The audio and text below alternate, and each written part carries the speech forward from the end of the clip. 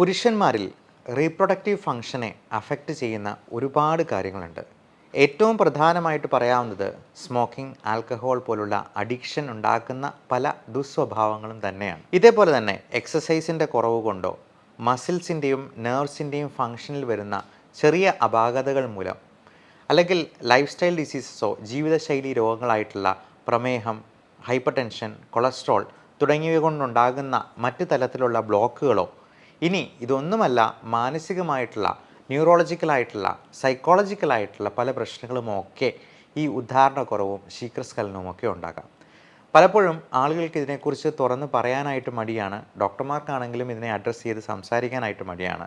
ആ ഒരു രീതി മാറണം. കാരണം ഇന്ന് ഈ ദാമ്പത്യ പ്രശ്നങ്ങൾ കൊണ്ട് തന്നെ ഒരുപാട് തരത്തിലുള്ള സാമൂഹികമായിട്ടുള്ള പ്രോബ്ലംസിലേക്ക് ഇത് വഴിമാറുന്നുണ്ട്. അതുകൊണ്ട് തന്നെ ഇത്തരത്തിലുള്ള സെക്ഷൽ ഡിസ്ഫങ്ഷൻ അല്ലെങ്കിൽ ഇറക്ടൈൽ പ്രോബ്ലംസോ ഇൻഫെർട്ടിലിറ്റിയോ അങ്ങനെയുള്ള പ്രശ്നങ്ങൾ തുറന്നു പറയാനായിട്ട് ആളുകൾ മുൻപോട്ട് വരണം. അതിന് വൈദ്യസഹായം ആവശ്യമെങ്കിൽ അത് എടുക്കുകയും ചെയ്യണം എന്നുള്ളതാണ് പ്രത്യേകമായിട്ട് ഊന്നി പറയേണ്ടത്. നമസ്കാരം, ഞാൻ ഡോക്ടർ ബിബിൻ ജോസ്, പഴമ medical centre, Pala, Kanjirappally and Sultan Bathery. നേരത്തെ പറഞ്ഞതുപോലെ പുരുഷന്മാരിൽ പലതരത്തിലുള്ള ന്യൂട്രീഷണൽ ഡെഫിഷ്യൻസീസും ഇത്തരത്തിലുള്ള സെക്ഷൽ ഡിസ്ഫങ്ഷന് കാരണമാകാം. അതുകൊണ്ട് തന്നെ നമുക്ക് നല്ല രീതിയിൽ തന്നെ റീപ്രൊഡക്റ്റീവ് ഫങ്ഷനെ മെച്ചപ്പെടുത്താൻ സഹായിക്കുന്ന ഒരു സാധനമാണ് എൻ്റെ കയ്യിലിരിക്കുന്നത്. ഇത് ഫിഗ് അഥവാ അത്തിപ്പഴം എന്ന് വിളിക്കുന്ന സാധനമാണ്. ഇതിൽ നല്ലപോലെ സിങ്ക് അടങ്ങിയിട്ടുണ്ട്.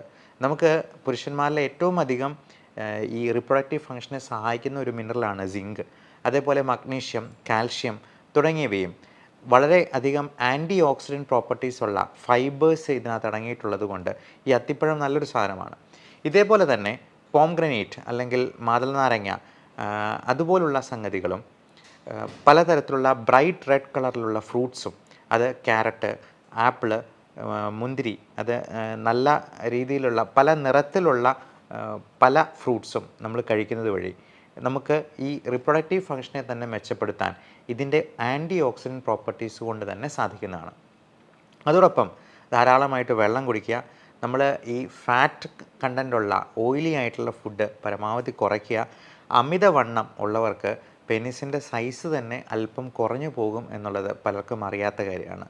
അതുപോലെ ലൈഫ് സ്റ്റൈൽ ഡിസീസസ് ആയിട്ടുള്ള പ്രമേഹം പലപ്പോഴും നമ്മുടെ ചെറിയ രക്തക്കുഴലുകളെ ദ്രവിപ്പിക്കുകയും അങ്ങോട്ടുള്ള രക്തയോട്ടം കുറയ്ക്കുകയും ചെയ്യുന്നുണ്ട്. ഇതേ കാര്യം തന്നെയാണ് സ്മോക്കിങ്ങും. നമ്മൾ സിഗരറ്റ് ഒന്ന് നീട്ടിപ്പിടിക്കുമ്പോൾ നമ്മൾ ആലോചിക്കണം, നമുക്ക് നമ്മുടെ ലിംഗത്തിന് ചുരുക്കമുണ്ടാകാനും ഉദ്ധാരണം ഇല്ലാണ്ടാകാനും ലിംഗം താന്നു പോകാനും ഈ നീട്ടിപ്പിടിക്കുന്ന സിഗരറ്റ് തന്നെ ഒരു കാരണമാകും എന്നുള്ളത്. അതേപോലെ തന്നെ ആൽക്കഹോൾ എന്ന് പറയുന്നത് നമ്മുടെ മസിൽസിനെയും നെർവ്സിനെയും ഒക്കെ കൂടുതൽ ബലഹീനം ആക്കാനായിട്ട് കാരണമാകും. ഇതിൽ പറയേണ്ട ഒരു കാര്യമാണ് കഞ്ചാവ് ഉപയോഗിക്കുന്നതുകൊണ്ട് വേറെ പ്രശ്നങ്ങളൊന്നുമില്ല, അതിന് പുകയില്ല, അത് ഗോ ഗ്രീൻ എന്നൊക്കെ പലരും അതിനെ അഡ്വർടൈസ് ചെയ്ത് സംസാരിക്കാറുണ്ട്.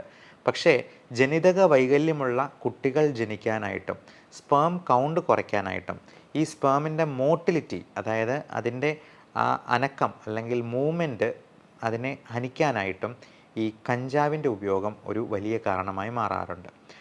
അതുകൊണ്ട് തന്നെ ഇത്തരത്തിലുള്ള അഡിക്ഷൻ അല്ലെങ്കിൽ ഇത്തരത്തിലുള്ള ദുസ്വഭാവങ്ങൾ മാറ്റിവെക്കുക, കൃത്യമായിട്ടും എക്സസൈസ് ചെയ്യുക, നല്ല ഭക്ഷണങ്ങൾ കഴിക്കുക എന്നുള്ളത് വളരെ പ്രധാനമാണ് ഒരു പുരുഷൻ്റെ റീപ്രൊഡക്റ്റീവ് ഫങ്ഷനെ സംബന്ധിച്ചിടത്തോളം.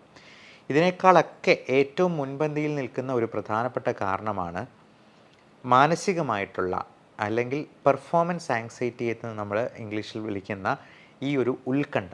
നമ്മൾ ഇത് ശരിയാകുമോ എന്നിങ്ങനെ പേടിച്ചുകൊണ്ട് സെക്സ് ചെയ്യാനായിട്ട് പോകുന്ന ഒരു പുരുഷന് അത് ശരിയാകാതെ പോകാനുള്ള ഒരു സാധ്യത വളരെയധികം കൂടുതലാണ്. ഒരു ഉദാഹരണം പറയുകയാണെങ്കിൽ, സെക്സ് ചെയ്യാൻ തയ്യാറായി നിൽക്കുന്ന ഒരാൾ ബെഡിൻ്റെ അടിയിൽ ഒരു പാമ്പിനെ കണ്ട് ഭയന്ന് പോയെന്നാൽ അപ്പം തന്നെ അയാളുടെ ഉദാഹരണം അപ്പം നഷ്ടമാകും.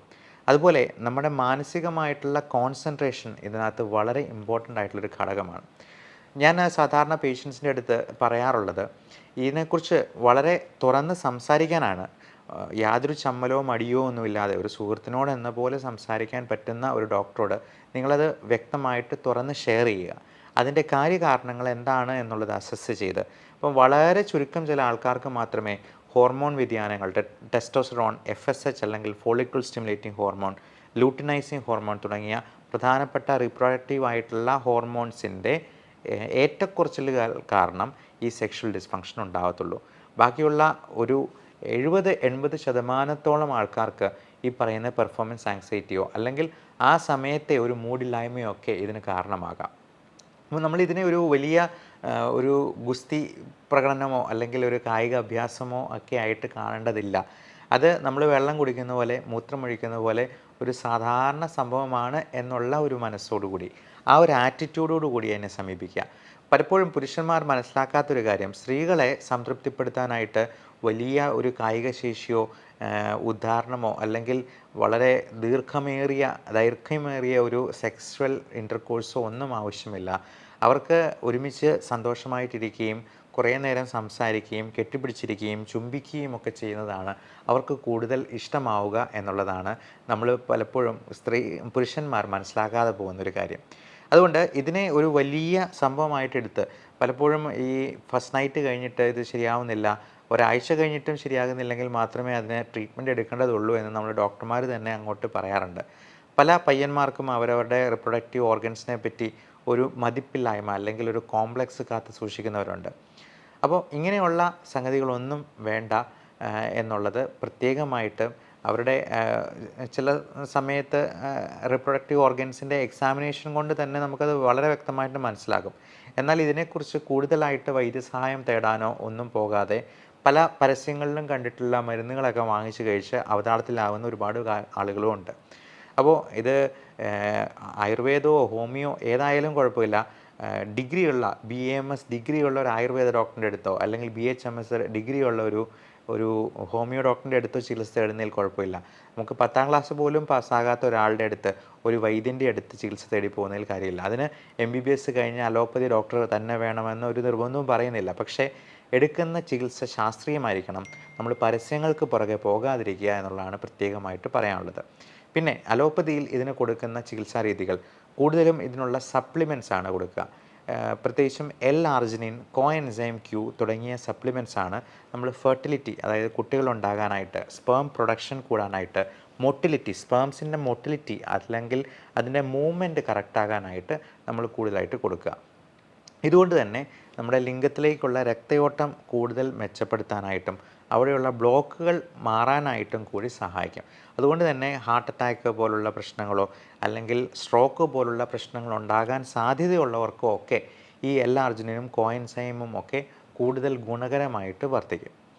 അതേപോലെ വൈറ്റമിൻ E, omega-3 തുടങ്ങിയിട്ടുള്ള സപ്ലിമെൻറ്റ്സും ഇതിനോടൊപ്പം എടുക്കുന്നത് വളരെ നന്നായിരിക്കും. നമുക്ക് ആവശ്യമായിട്ടുള്ള മറ്റ് മിനറൽസ്, വൈറ്റമിൻസ്, പ്രത്യേകിച്ചും കാൽഷ്യം, മഗ്നീഷ്യം, സിങ്ക് തുടങ്ങിയ മിനറൽസും vitamin A, C, D3, vitamin B complex തുടങ്ങിയിട്ടുള്ള വൈറ്റമിൻസും ഇതിൻ്റെ കൂടെ സപ്ലിമെൻറ്റ് ചെയ്യേണ്ടത് അത്യാവശ്യമാണ്. നമുക്ക് പ്രത്യേകിച്ചും കൂടെ ലൈഫ് സ്റ്റൈൽ ഡിസീസസ് ആയിട്ടുള്ള ഡയബറ്റീസ്, ഹൈപ്പർ ടെൻഷൻ, കൊളസ്ട്രോൾ ഒക്കെ ഉണ്ട്. ഒരു 50 വയസ്സിന് മുകളിലുള്ള ഒരാളാണ്. പ്രോസ്റ്റേറ്റ് ഗ്രന്ഥിക്ക് വീക്കം ഉണ്ടാകാൻ പുരുഷന്മാരിൽ വളരെയധികം സാധ്യതയുണ്ട്. മിക്കവാറും പുരുഷന്മാർക്ക് ഒരു 60-70 വയസ്സൊക്കെ ആകുമ്പോഴേക്കും പ്രോസ്റ്റേറ്റ് ഗ്രന്ഥി വീക്കം വയ്ക്കും. അതിൽ നിന്നുണ്ടാകുന്ന ഹോർമോൺസിൻ്റെ പ്രവർത്തനം അത്ര ശരിയാകത്തില്ല. അതിനോടൊപ്പം തന്നെ മാനസികമായിട്ടുള്ള പല സ്ട്രെസ്സും കാര്യങ്ങളുമൊക്കെ ഈ ഉദ്ധാരണക്കുറവിലേക്ക് നയിക്കാനായിട്ടുള്ള സാധ്യതയുണ്ട്. അപ്പോൾ അങ്ങനെ വരുമ്പോൾ നമുക്കിതിനുള്ള സപ്ലിമെൻറ്റ്സും കറക്റ്റായിട്ടുള്ള ട്രീറ്റ്മെൻറ്റും എടുത്തെന്നാൽ തന്നെ ഇതുകൊണ്ട് ഒത്തിരിയധികം നമുക്ക് ഈ റിപ്രൊഡക്റ്റീവ് ഡിസ്ഫങ്ഷനെ ചികിത്സിച്ച് ഭേദമാക്കാൻ തന്നെ കഴിയും. പലപ്പോഴും ഈ പെർഫോമൻസ് ആങ്സൈറ്റി ഒഴിവാക്കാനായിട്ടുള്ള മരുന്നുകൾ ചില ആൾക്കാരിൽ ആവശ്യമായിട്ട് വരും. കാരണം ഭയങ്കര വെപ്രാളവും ആകമൊത്തം ഒരു ടെൻഷൻ പിടിച്ചിട്ടുള്ള ഒരു കാര്യവും ഒക്കെ വരുമ്പോഴേക്കും ഇവരോട് സംസാരിക്കുമ്പോൾ തന്നെ ആ കോൺസെൻട്രേഷൻ ഡീവിയേറ്റ് ചെയ്ത് പോകുന്നത് നമുക്ക് തന്നെ കാണാൻ പറ്റുന്നതാണ്. നമുക്ക് കൺസൾട്ടേഷൻ്റെ സമയത്ത് ഇപ്പോൾ ഓൺലൈൻ കൺസൾട്ടേഷൻ ആണെങ്കിൽ പോലും face to face video consultation ചെയ്യുമ്പോഴേക്കും നമുക്ക് തന്നെ കാണാം അവരുടെ ഒരു കാര്യം പറഞ്ഞുകൊണ്ടിരിക്കുമ്പോൾ അവർക്കത് മുഴുവനായിട്ടും ശ്രദ്ധിച്ച് കേൾക്കാനോ അതിന് മറുപടി പറയാനോ ഉള്ള ഒരു ക്ഷമ പോലും കിട്ടാത്ത ആൾക്കാരുണ്ട്. അപ്പോൾ അങ്ങനെയുള്ള ആൾക്കാരിലൊക്കെ ഈ പറയുന്ന ഇറക്ടൈൽ ഡിസ്ഫങ്ഷൻ, അത് റിപ്രൊഡക്റ്റീവ് ഡിസ്ഫങ്ഷൻ മാത്രമല്ല മറ്റ് പല പ്രശ്നങ്ങളും, ഉദര സംബന്ധമായിട്ടുള്ള രോഗങ്ങളും, ഇറിറ്റബിൾ ബൗൾ സിൻഡ്രോം പോലുള്ള മെൻ്റൽ സ്ട്രെസ്സിൽ നിന്നുണ്ടാകുന്ന പ്രശ്നങ്ങളുമൊക്കെ പലതരത്തിലാണ് ഈ പറയുന്ന ആങ്സൈറ്റിയും ഡിപ്രഷനും അതുപോലുള്ള മെൻ്റൽ ഇൽനെസ്സും ഒക്കെ നമുക്ക് മാനിഫെസ്റ്റ് ചെയ്തു വരിക. അപ്പം അങ്ങനെ വരുമ്പോൾ അതിന് ന്യൂറോ സൈക്കോളജിക്കലായിട്ടുള്ള ഒരു ട്രീറ്റ്മെൻറ്റും അതിന് വേണ്ട കൗൺസിലിങ്ങും കൂടി ആവശ്യമായിട്ട് വരും. അതിന് യാതൊരു വിമുഖതയും സ്റ്റിഗ്മയും കാണിക്കേണ്ട ആവശ്യമില്ല എന്നുള്ളതും പ്രത്യേകം ഓർമ്മിപ്പിക്കുന്നു. പിന്നെ പരസ്യങ്ങളിലൊക്കെ കാണുന്ന നമ്മൾ വളരെ എല്ലാവർക്കും കുട്ടികൾക്ക് പോലും അറിയാവുന്ന ഒന്നാണ് വയാഗ്ര. വയാഗ്ര എന്ന് പറയുന്നത് സിൽഡനാഫിൽ എന്ന് പറയുന്ന അലോപ്പതി മരുന്ന് തന്നെയാണ്. ചില ഇപ്പോൾ ഹാർട്ട് ഫെയിലിയർ പോലുള്ള കാര്യങ്ങളിൽ സിൽഡനാഫിൽ പോലുള്ള മരുന്നുകൾ ഡെയിലി കഴിക്കാനായിട്ട് ഡോക്ടർമാർ നിർദ്ദേശിക്കാറുണ്ട്. അത് ഹൃദയത്തിൻ്റെ പമ്പിങ് മെച്ചപ്പെടുത്താനായിട്ടും രക്തയോട്ടം എല്ലായിടത്തേക്കും മെച്ചപ്പെടുത്താനായിട്ടും ഇത് സഹായിക്കും. ഈ സിൽഡനാഫിൽ അല്ലെങ്കിൽ വയാഗ്ര കഴിച്ചെന്നാൽ ഒരുപാട് സൈഡ് ഇഫക്റ്റ് ഉണ്ട് എന്ന് ധരിക്കുന്നവരുണ്ട്. കൃത്യമായിട്ടുള്ള ഡോസിൽ കൃത്യമായിട്ട് ഡോക്ടർ പറഞ്ഞിരിക്കുന്ന ഡ്യൂറേഷനിൽ കഴിച്ചെന്നാൽ അതൊരു കുഴപ്പവും ഉണ്ടാക്കത്തില്ല. എന്നാൽ സിൽഡനാഫിൽ പോലെ എന്നാൽ അത്രയധികം പ്രശ്നങ്ങളില്ലാത്ത സൈഡ് ഇഫക്റ്റ് ഇല്ലാത്ത മറ്റ് പലതരത്തിലുള്ള ടഡലാഫിൽ പോലുള്ള മരുന്നുകളും അവൈലബിൾ ആണ്.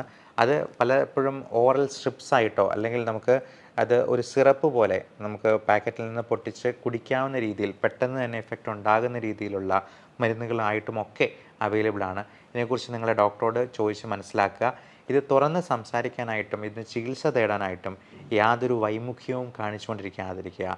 എല്ലാവർക്കും നല്ല ആരോഗ്യം ആശംസിക്കുന്നു. ലവാൻ regards doctor Bipin Jose, Pulmo medical centre, Pala, Kanjirappally and Sultan Bathery.